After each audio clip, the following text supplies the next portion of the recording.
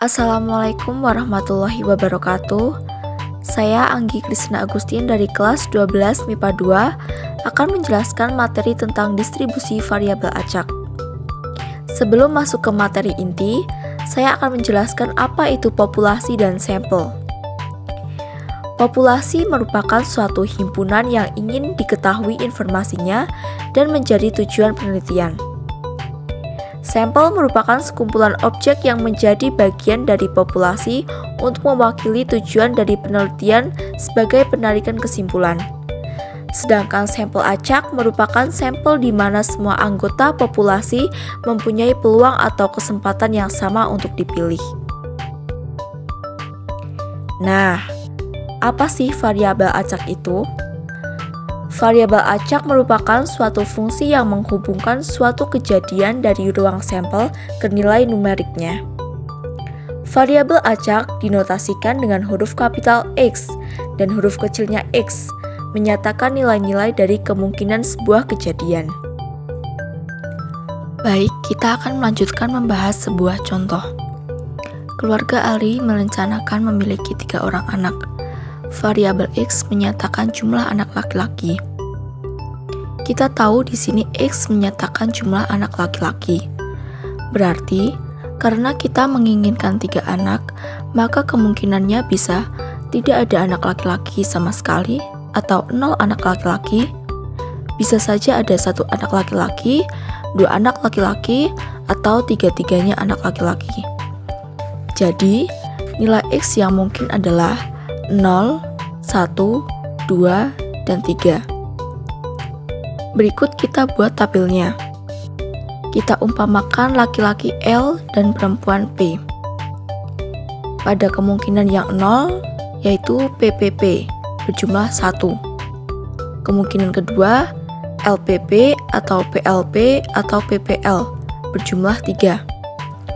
Pada kemungkinan kedua, ada LLP, LPL, atau PLL berjumlah 3.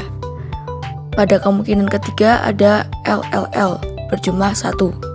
Jadi, ruang sampel atau kemungkinannya ada 8. Jenis-jenis dari variabel acak yaitu yang pertama, variabel acak diskrit, yaitu variabel acak yang diperoleh dengan menghitung atau mencacah. Ruang sampelnya terhingga atau terhitung. Contoh, jumlah saudara kandung siswa di suatu kelas atau jumlah mobil yang terjual di suatu showroom per minggu. Yang kedua, variabel acak kontinu, yaitu variabel acak yang diperoleh dengan mengukur. Ruang sampelnya tidak terhingga atau tidak terhitung. Contohnya, tinggi badan atlet yang namun saat ini kita akan fokus pada distribusi variabel acak diskrit. Variabel acak diskrit adalah variabel acak yang tidak mengambil seluruh nilai yang ada dalam sebuah interval atau variabel yang hanya memiliki nilai tertentu. Variabel acak diskrit X mempunyai nilai X1, X2, X3, dan seterusnya. Peluang nilai variabel acak X dinotasikan sebagai Fx sama dengan peluang X besar sama dengan X kecil. X kecil di sini adalah nilainya, nilai dari variabel acak, misal peluang untuk X sama dengan 0 itu berapa, dan seterusnya.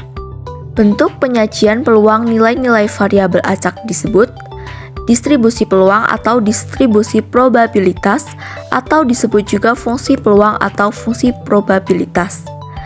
Distribusi peluang bisa dinyatakan dalam bentuk tabel, grafik, dan fungsi. Berikutnya, untuk syarat suatu fungsi dinyatakan sebagai fungsi probabilitas. Dalam suatu percobaan, peristiwa-peristiwa yang mungkin terjadi dapat dinyatakan dengan X1, X2, X3, dan seterusnya. Sedangkan besar peluang atau probabilitas dari setiap peristiwa bisa dinyatakan dalam F dari X1, F dari X2, F dari X3, dan seterusnya. Atau peluang dari X sama dengan X1, dan seterusnya. Ada 2 syarat untuk fungsi probabilitas. Yang pertama yaitu nilai peluang berkisar antara 0 sampai 1. Ada tanda sama dengan berarti 1 dan 0 boleh.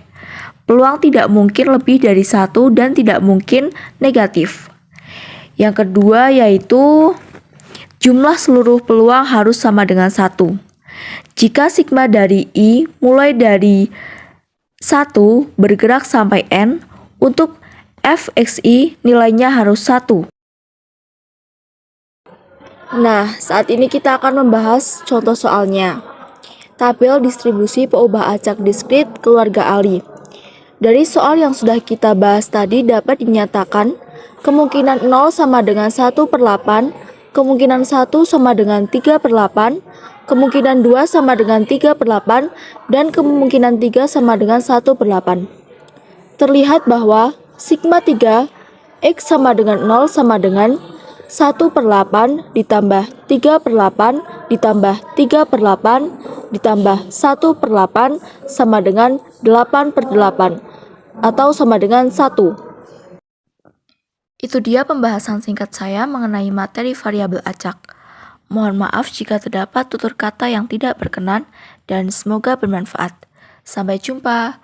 Wassalamualaikum warahmatullahi wabarakatuh.